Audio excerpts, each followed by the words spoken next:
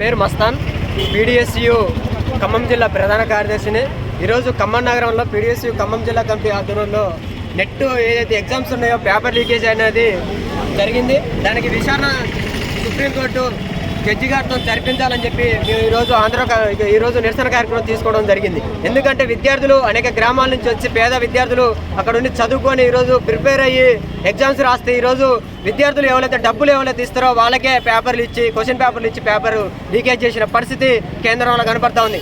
గతంలో కూడా కేంద్ర ప్రభుత్వం నరేంద్ర మోడీ ఉన్నప్పుడు కూడా అదే జరిగింది. ఇప్పుడు కూడా చాలా యూనివర్సిటీలలో పేపర్ లీకేజీలు అనేది చాలా జరుగుతూ ఉన్నాయి. తక్షణమే ఈ విచారణ జరిపించి కేంద్ర ప్రభుత్వం ఎవరైతే పెట్టారో ప్రతాప్ కుమార్ గారిని తక్షణ ఆ చైర్మన్ని తక్షణ భద్రపు చేయాలని చెప్పే సందర్భంగా ఆయనకి, ఎందుకంటే చేత కాదు, విద్యార్థులు అక్కడ ప్రాణాలు పోతున్నా కూడా ఈరోజు అతను పట్టించుకోకుండా కేంద్రంలో ఏసీలలో నిద్రపోతారు తప్ప విద్యార్థుల ప్రాణాలు కాపాడట్లేదు అని చెప్పే సందర్భంగా వారికి తెలియజేస్తా ఉన్నాం. తక్షణమే విద్యార్థుల మీద ప్రేమ ఉంటే రాష్ట్ర ప్రభుత్వం కావచ్చు, కేంద్ర ప్రభుత్వం ఎవరైతే అధికారులు ఉన్నారో వాళ్ళు తక్షణం స్పందించి విద్యార్థులకు న్యాయం చేయాలని చెప్పి ఈ సందర్భంగా వారికి తెలియజేస్తా ఉన్నాం. విద్యార్థులకు న్యాయం చేయని ఏడల కేంద్ర ఎవరైతే బీజేపీ ఎంపీ అభ్యర్థులు ఎవరైతే ఉన్నారో వాళ్ళ ఇళ్లను ముట్టడిగా సిద్ధంగా ఉన్నామని చెప్పి ఈ సందర్భంగా ఖమ్మం జిల్లా కమిటీ తరఫుంచి హెచ్చరికలు జారీ చేస్తా ఉన్నాం.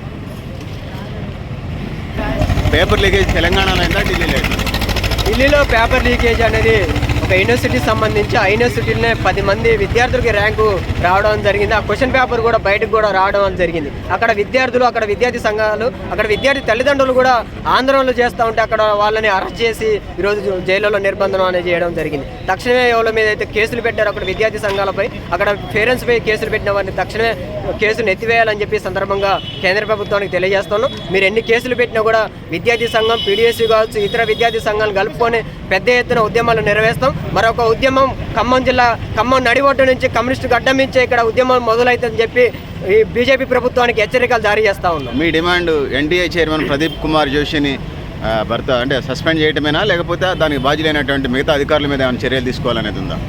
చైర్మన్ కూడా భద్రపు చేయాలి. అతనితో పాటు ఎవరైతే పేపర్ లీకేజీలు పాల్గొన్న వారు ఎవరైతే ఉన్నారో వాళ్ళపై కఠినంగా చర్యలు తీసుకోవాలి. ఇలాంటి పేపర్ లీకేజీలు కాకుండా మరొకసారి చూడాలని చెప్పి ఈ సందర్భంగా వారికి తెలియజేస్తా ఉన్నాం. చాలా కాలం నేను 10th క్లాస్లో ఉన్నప్పుడు పేపర్లు ఫెయిల్ అయ్యి మళ్ళీ డిగ్రీకి వచ్చేసరికి ఆ పేపర్లు రద్దు వ్యవస్థ పోయింది.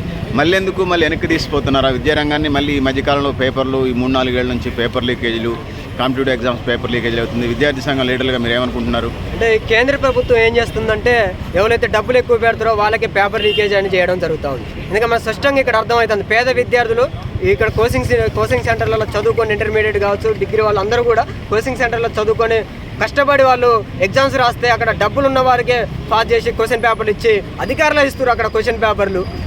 పైన వెనక నాయకులు ఉన్నారు కదా, ఎంపీ అభ్యర్థులు లేకపోతే బీజేపీ అభ్యర్థులు కావచ్చు, రాష్ట్ర ప్రభుత్వ అభ్యర్థులు వాళ్ళే ఉండి పేపర్ లీకేజ్ చేసిన పరిస్థితి కనపడతా ఉంది. అంటే కార్పొరేట్ విద్యా సంస్థలు, ప్రైవేట్ విద్యా సంస్థలు ప్రమేయం ఉందంటారా? ఈ ప్రైవేట్ కార్పొరేట్ విద్యా సంస్థలు ఎంతో కొంత ప్రమేయం ఉంది. ఇక్కడ ప్రధానంగా అయితే కార్పొరేట్ విద్యా సంస్థలకి కొమ్ము కాస్తా ఉంది మన బీజేపీ ప్రభుత్వం, నరేంద్ర మోడీ.